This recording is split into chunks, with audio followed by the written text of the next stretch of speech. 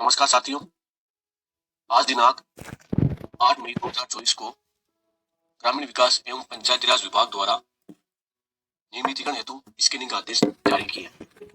यह आदेश 9 पेज का है। मैं बता देता हूँ, इस आदेश को आप एक नरेगा विभाग। नमस्कार साथियों, आज दिनांक 8 मई 2024 को ग्रामीण विकास एवं पंचायती राज विभाग द्वारा नियमितीकरण हेतु स्कैनिंग का आदेश जारी किया है। यह आदेश 9 पेज का है। मैं बता देता हूँ, इस आदेश को आप एक नरेगा विभाग के लिए नहीं समझे, तमाम विभागों में जो लगे हुए संविदा कार्मिक है उनके लिए भी ये सेम रूल लागू रहेंगे, क्योंकि जो भी स्कैनिंग प्रक्रिया होनी है वो इसी आदेश के आधार पर कार्य सुचारू रूप से होना है। हाँ, कहीं कहीं कुछ पॉइंट में चेंजिंग हो सकती है, जैसे अगर मान लो विभाग संबंधित हो या डिग्रियां संबंधित हो, वो जरूर चेंजिंग हो सकती है, लेकिन जो स्कैनिंग प्रक्रिया होनी है नियमितीकरण के लिए, वो सारी प्रक्रिया इस विभाग के अनुसार ही होनी है। मैं ये वीडियो इसलिए लेके आया हूं, ये वीडियो उन तमाम संविदा कर्मियों के लिए है जिनका 9 वर्ष पूर्ण हो चुका है या नहीं हो चुका है, या किसी पद का अभी तक इस स्कैनिंग में शामिल होने का 9 वर्ष का अनुभव पूर्ण है या नहीं। इस तमाम जो आपके ये अभी वर्तमान में डाउट है, और मुझे तो लग रहा है कि जब से ये जब रूल आए हैं या ये नियमितीकरण प्रक्रिया या प्रोसेस या आईएस पैटर्न आया है, तब से सभी के मन में यही डाउट हो रहा है कि सर हमारा अनुभव कितना हुआ है, क्या हम अभी तक स्कैनिंग कमेटी में शामिल हो रहे हैं या नहीं हो रहे, हमारा अनुभव किस आधार पर जुड़ना है, वित्तीय वर्ष के आधार पर जुड़ना है, या सरकार कौन सा रूल लाएगी, रूल के आधार पर वो अनुभव हमारा काउंट होगा और हमारा 9 वर्ष अभी वर्तमान में प्रेजेंट 8 मई 2024 के अनुसार हमारा 9 वर्ष पूर्ण हो रहा है या नहीं हो रहा है। इस तमाम जो समस्या है उसके बारे में ये वीडियो लेके आया हूँ। ये वीडियो काफी लंबा हो सकता है, लेकिन आप निश्चिंत रहे, इस वीडियो से आप ये समझ जाएंगे कि हमारा नियमितीकरण 9 वर्ष से हो रहा है या नहीं हो रहा है। मैं तमाम जो संविदा विभाग में लगे हुए जितने भी पद है उस पद के आधार पर मैं बता देता हूँ कि कौन नियमितीकरण होगा और कौन नहीं। तो चलिए हम पहले मुख्य इनके जो हाईलाइट किए हुए मेरे जो ये येलो कलर में, उसी के आधार पर मैं आपको पूरा प्रोसेस बताऊंगा कि आपका अनुभव कैसे जुड़ना है। अभी आपका वर्तमान में अनुभव हो रहा है, अगर अनुभव कम है तो किस तारीख को या किस वर्ष को आपका नियमितीकरण होगा या स्कैनिंग प्रक्रिया होगी। तो ये जो विषय है, ये 9 वर्ष जो पूर्ण कर रखे हैं उनका संतोषजनक सेवा अवधि मानते हुए उनका दस्तावेज सत्यापन और एक चेकलिस्ट बनानी होगी, और ये चेकलिस्ट जिला स्तरीय कमेटी द्वारा ही निर्णय लेगी। यानी कि जो प्रशासनिक स्वीकृति मिली है नियमित पदों पर, उनका जो पूरा प्रोसेस करना है या वापस वेरिफिकेशन करना है, या चाहे नियुक्तियां देनी है, या ये मान के चलो कैटेगरीज वाइज पद जारी करने हैं, वो सभी काम जिला स्तरीय कमेटी करेगी, जिसका मुख्य अध्यक्ष है जिला कलेक्टर और 2 सदस्य रहेंगे, एक तो सीईओ और एक रहेगा लेखा सहायक। वैसे अन्य विभागों में कलेक्टर रहेगा, कलेक्टर वाला वो विभाग का, जिस विभाग का जैसे डीओ बोलते हैं, जैसे इसमें ग्रामीण विकास एवं पंचायत विभाग के जो मेन हेड है सीईओ है, वैसे जैसे शिक्षा विभाग के हेड है डीओ, और अन्य विभाग के जैसे मान लो अगर चिकित्सा विभाग है तो वहाँ का जो हेड रहेगा सीएमएचओ रहेगा, तो वो विभाग के अनुसार ही सदस्य बनेंगे। तो ये 4,966 नियमित पदों की जो स्वीकृति जारी हो गई है। ऐसे ही शिक्षा विभाग में पैरा टीचर शिक्षा कर्मी के लिए भी स्वीकृति जारी हो चुकी है, और जो मदरसा बोर्ड में लगे हुए शिक्षा सहयोगी मदरसा कार्मिक है उनके भी लिए ये प्रशासनिक स्वीकृति जारी हो चुकी है। इसमें 2 लेवल पे रखा है, एक तो L6 और एक L10, जो 2400 ग्रेड पे और एक 3600 ग्रेड पे। जो अगर डिग्रीधारी है या प्रशिक्षणिक है उनका L10 यानी 3600 ग्रेड पे अनुसार रखा है, और जिनका डिग्रीधारी नहीं है और वो एजे एलडीसी के समकक्ष है उनका ग्रेड पे 2400 रखा गया है। तो 9 वर्ष इससे अधिक जो सेवा अगर आपकी हो रही है तो संतोषजनक सेवापूर्ण प्रमाण पत्र देना होगा, जिसका आपको अधिकारी अधिकृत कर दिया जाएगा। जैसे इस विभाग ने तो सी और बीडीओ को अधिकृत किया है, ऐसे शिक्षा विभाग में सीबीओ को या डीओ को अधिकृत कर सकते हैं और आपका अनुभव बनाया जाएगा, और नियम 20 के तहत आपका ही नियमितीकरण होना है। और जो बाकी मुख्य बात आती है, जो पात्रता एवं दस्तावेज सत्यापन की जांच होगी वो सभी विभागों में लागू होगी, चाहे किसी विभाग में हो। अब मुख्य बात है जो इस संबंध में ये दिशा निर्देश है, ये दिशा निर्देश सभी विभागों में लागू रहेंगे। ये आप इस बात को जरूर आप नोट कर ले, ये समझे कि ये नरेगा विभाग के कार्यों के लिए लागू है। सेम प्रक्रिया रहेगी स्कैनिंग की। अब पहला पॉइंट है कि 9 वर्ष वही है, 9 वर्ष का अगर आपका सेवा संतोष प्रमाण पत्र है, और साथ ही साथ आपके जो दस्तावेज है उसकी जो चेकलिस्ट आपको तैयार करनी होगी। चेकलिस्ट कौन सी तैयार करनी होगी वो भी आपको इस वीडियो में बताऊंगा, और सभी विभागों के लिए ये चेकलिस्ट समान रूप से रहेगी। दूसरा बिंदु है जो मुख्य बिंदु है, इसी बिंदु के आधार पर सबके मन में ये डाउट रहता है कि हमारा अनुभव वही वर्तमान में कितना हुआ है, क्या हम स्कैनिंग में शामिल हो रहे हैं या नहीं हो रहे। तो संविदा कार्मिकों की 9 वर्ष की सेवा अवधि की गणना दिनांक 1 अप्रैल 2024 को आधार मानकर की जानी है। ये सबसे मेन पॉइंट है।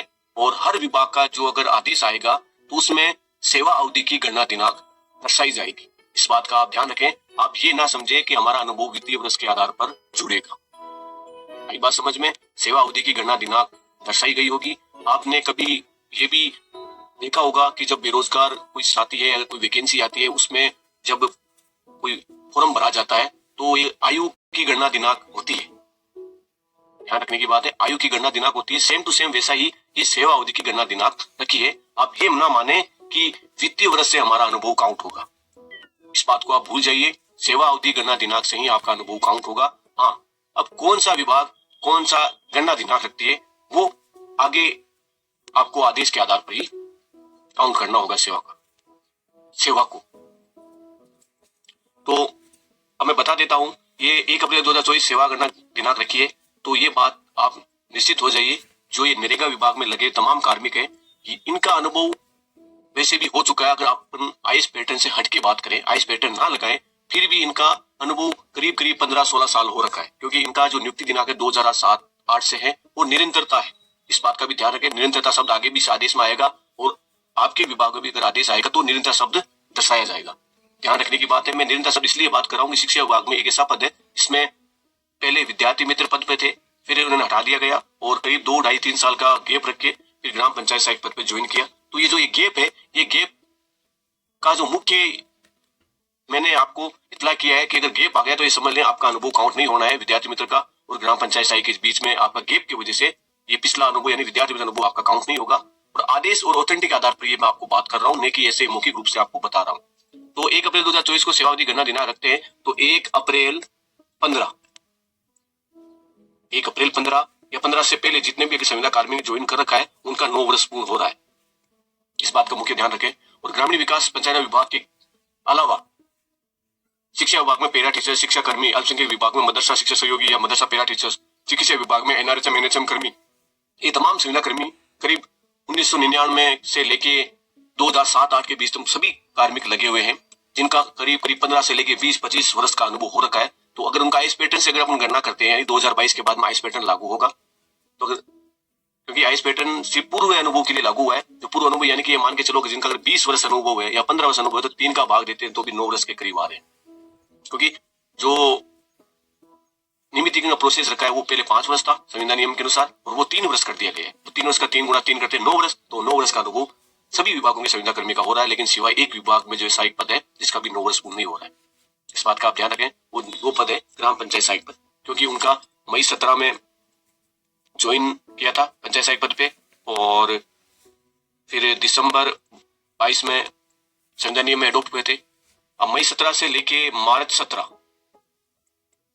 जो ये अनुभव रहेगा काउंट नहीं होगा, क्योंकि सेवा अवधि गणना 1 अप्रैल 2024 से अगर आप इनका काउंट करते हैं अनुभव, तो ये जो मई से लेके मार्च तक अनुभव काउंट नहीं होगा। क्योंकि इस आदेश में भी अगर आपको देखेंगे, आगे मैं वीडियो में बताऊंगा कि पूर्ण वर्ष होना जरूरी है। पूर्ण वर्ष का मतलब ऐसा होता है कि अगर जो गणना दिनांक होती है तो उस गणना दिनांक से पहले वापस वही गणना दिनांक अगर आप काउंट करोगे तो वो एक पूर्ण वर्ष माना जाएगा। जैसे 1 अप्रैल 2024 से वापस वही 1 अप्रैल 2023 लीजिए, तब वो एक पूर्ण वर्ष माना जाएगा। तो इसी के आधार पर अगर मई 17 तो मई 17 यानी कि अप्रैल 17 पहले चली गई, ज्वाइन नहीं हुए, आप मई 17 में ज्वाइन हुए, तो मई 17 से लेके मार्च 18 तक आपका अनुभव नहीं जुड़ेगा।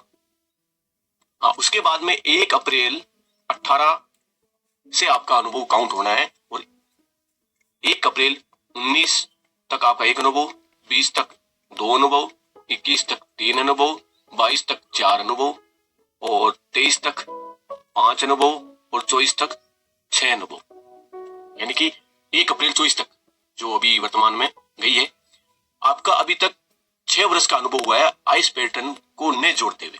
ध्यान देने की बात है। अब इसमें अगर आप सीधा 3 का भाग देंगे तो भी आपका 2 वर्ष का अनुभव हो रहा है। सीधे की बात करें, अगर आईएएस पैटर्न ना हटाएं, अगर आईएएस पैटर्न ना लगाएं, तो हमारा अनुभव अभी 2 वर्ष हुआ है, 1 वर्ष कम रह रहा है। और हम अगर आईएएस पैटर्न के अनुसार बात करते हैं, आईएएस पैटर्न के अनुसार बात करते हैं, तब आप ये मान के चलें कि 1 अप्रैल 18 और 1 अप्रैल 20 से 2 वर्ष, 21 से 3 वर्ष, और 1 अप्रैल 22 से 4 वर्ष। 1 अप्रैल 22 से 4 वर्ष। अब 1 अप्रैल 22 से लेके दिसंबर 22 तक 1 अप्रैल 22 से लेके दिसंबर 22 तक आपका अनुभव काउंट नहीं होगा, क्योंकि अब मैं आईएएस पैटर्न जोड़ के बात कर रहा हूं। ठीक है, अब आपका ग्राम पंचायत सहायक पद पे आपका अनुभव हुआ है 4 वर्ष का, इस बात का ध्यान रखें। और इस 4 वर्ष में आपका आईएएस पैटर्न लागू होगा तो बट्टा 3 में आएगा। तो बट्टा 3 का मतलब ये हो गया करीब करीब 1.5 वर्ष का अनुभव अभी तक आपका आईएएस पैटर्न से हुआ है। जो ऊपर नीचे हो सकता है, लगभग बता रहा हूं मैं, 1.5 वर्ष का अनुभव आपका ग्राम पंचायत सहायक का हुआ है आईएएस पैटर्न के अनुसार। उसके बाद मैंने वो बता दिया कि 1 अप्रैल 22 से लेके दिसंबर 22 तक आपका अनुभव काउंट नहीं होगा, क्योंकि वो पूर्ण वर्ष नहीं हो रहा है। ठीक है, फिर आप संविदा नियम में आए दिसंबर 22 से, तो दिसंबर 22 से लेके फिर वापस मार्च 23 तक आपका पूर्ण वर्ष नहीं हो रहा है, तो वो भी काउंट नहीं होगा। पंचायत सहायक का 1 अप्रैल 22 से लेके दिसंबर 22 का अनुभव काउंट नहीं होगा, और संविदा सेवा नियम का जो आप पंचायत सहायक पद पर ज्वाइन हुए उसमें दिसंबर 22 से लेके मार्च 23 तक आपका अनुभव काउंट नहीं होगा। फिर आपका 1 अप्रैल 23 से 1 अप्रैल 24 तक आपका 1 वर्ष का अनुभव हो रहा है। जो 1 वर्ष का अनुभव है उसमें आईएएस पैटर्न लागू नहीं होगा। तो आप ये मान के चले मोटा मोटी कि 1.5 वर्ष का अनुभव आपका जीपीएस पद पे हो गया, प्लस 1 वर्ष का जो सेवा अनुभव हुआ है वो संविदा नियम के अनुसार हुआ है, तो टोटल आपका हो गया 2.5 वर्ष। कितना वर्ष हो गया? 2.5 वर्ष हो गया। तो 2.5 वर्ष का ये आप मान के चले कि अभी अभी मोटा मोटी आपको 1 वर्ष का और इंतजार करना होगा, यानी कि ये मान के चले मार्च 25, यानी कि 1 अप्रैल 25 तक आपको इंतजार करना होगा नियमितीकरण का। अगर संविदा नियम में 3 वर्ष का नियम लागू रखती है, तो अगर वही नियम अगर हट जाए और 5 वर्ष का नियम फिर से लागू कर दे, परंतु ऐसा नहीं होना है, ये 3 वर्ष का ही नियम लागू रहेगा, 5 वर्ष का नहीं करेगी। राज्यपाल फिर से उसको संशोधित करके आगे 1 वर्ष और बढ़ा देगी। जैसे अभी 23-24 रखा हुआ है, आगे वो 25 भी कर देगी राज्यपाल गजट द्वारा, वो 5 वर्ष को 3 वर्ष में तब्दील करने के लिए। तो आपको इंतजार करना होगा 1 अप्रैल 25 तक, तब जाके आपका पूर्ण 3 वर्ष हो रहा है या पूर्ण 9 वर्ष हो रहा है। अभी आपको मैं बता भी देता हूं कि देखो सेवावधि की गणना के दिनांक और पूर्ण वर्ष कहाँ लिखा हुआ है और निरंतर सेवा कहाँ लिखी हुई है, जिसमें विद्यार्थी मित्र अनुभव जुड़ेगा या नहीं जुड़ेगा, वो भी मैं इस आदेश के आधार पर कह रहा हूं। बाकी जो सेवा संतोषजनक के प्रमाण पत्र संबंधित निरंतर अधिकारी सीओ और बीडीओ को दिया है, ऐसे ही शिक्षा विभाग में सीपीओ और डीओ कर देंगे, और चिकित्सा विभाग में सीएमएचओ और पीसीएमओ इनको अधिकृत कर दिया जाएगा। और अब आप ये जो हाईलाइट पॉइंट देखिए, इस पॉइंट में मैं ग्राम पंचायत सहायक के लिए बात कर रहा हूँ कि वो कहते हैं कि हमारा विद्यार्थी अनुभव भी जुड़ेगा, तो उसके लिए ये मैं हाईलाइट किया हुआ है। देखो साफ लिखा हुआ कि संविदा प्रथम नियुक्ति, क्योंकि जब हमने संविदा सेवा नियम में अडोप्ट हुए तो हमारी प्रथम नियुक्ति ग्राम पंचायत सहायक पद दिखाई थी, नहीं कि विद्यार्थी मित्र का जो पद दिखाया था उसमें प्रथम नियुक्ति भी डाली थी, और हमने वो पूर्ण सेवा अनुभव भी उसमें दर्शाया गया था। तो प्रथम नियुक्ति दिनांक से निरंतर, देखो ये निरंतर शब्द आ गया, निरंतर कार्यरत रहने, ये शब्द रहा निरंतर कार्यरत। ये मुख्यतः पॉइंट यही है कि आपका जो प्रथम नियुक्ति था उसके बाद से लेके अभी वर्तमान तक आपका निरंतर कार्यरत होना जरूरी है, तभी जाके आपका स्कैनिंग होना है और सेवा अनुभव काउंट होनी है। आईएएस पैटर्न भी यही कहता है और ये आदेश भी यही कहता है, क्योंकि आईएएस पैटर्न जब लागू हुआ था तो स्वयं वही कहता है कि निरंतर सेवा अवधि के अनुसार ही आपका आईएएस पैटर्न लागू होगा। तो आप समझ गए होंगे कि आपका निरंतर सेवा होनी जरूरी है, और ग्राम पंचायत सहायक का ज्वाइन 2017 से हुआ है और आज तक आप निरंतर सेवा में हो, तो इसलिए आपका पंचायत सहायक का ही अनुभव जुड़ेगा, विद्यार्थी मित्र का अनुभव नहीं जुड़ेगा। और डिग्री डिप्लोमा संबंधित जो मान्यता प्राप्त है संस्था द्वारा उसके आधार पर होगा और नियमानुसार होगा। किसी प्रकार की कोई अनियमितता या दस्तावेज सत्यापन में अनियमितता पाई जाती है तो जिला स्तरीय कमेटी जिम्मेदार होगी, क्योंकि चेक करने वाला या पूर्ण प्रक्रिया जो समापन करेगा वो ही जिला स्तरीय कमेटी करेगी। तो 15 दिवस में इस कार्य को करना है। और ये है चेक लिस्ट, जिसमें सभी विभागों के कार्मिक अपने आप को ऐसे बनानी होगी, जिसमें नाम, पिता, पति, पदनाम, जन्मतिथि, आयु, लिंग और जाति, क्योंकि कैटेगरी वाइज पद जारी होंगे आगे। जैसे इसमें ग्रामीण विकास में 4,966 पद है तो वो कैटेगरी वाइज जारी होंगे, क्योंकि उसके आधार पर ही उनको आपको नियमित पदों पे ज्वाइनिंग मिलनी है, क्योंकि नियमित पद पे ज्वाइनिंग रोस्टर प्रणाली के आधार पर होती है, आरक्षण के आधार पर होती है, तो आरक्षण दिया जाएगा, पूर्ण ध्यान रखा जाएगा। और डिग्री डिप्लोमा का आपको लगाना पड़ेगा। उसके अलावा नरेगा संबंधी की प्रथम नियुक्ति आपको दर्शानी होगी, संतान संबंधी, मूल निवास, स्वास्थ्य, ये जो भी चेकलिस्ट है वो आपको दर्शानी होगी। और ये पात्रता व सत्यापन प्रमाण पत्र विभाग की जो चयन कमेटी है, जिला स्तरीय कमेटी है, वो देगी, जिसमें नीचे देखो तीनों अध्यक्ष सहित सदस्य के हस्ताक्षर होंगे। और 1 अप्रैल 2024 9 वर्ष की अधिक अवधि होना जरूरी है, इस बात का भी इसमें ध्यान रखा है। और ये जो पॉइंट है इस पॉइंट को आप जरूर ध्यान से देख लें, इसी आधार पर आपका सेवा अनुभव करना होगा।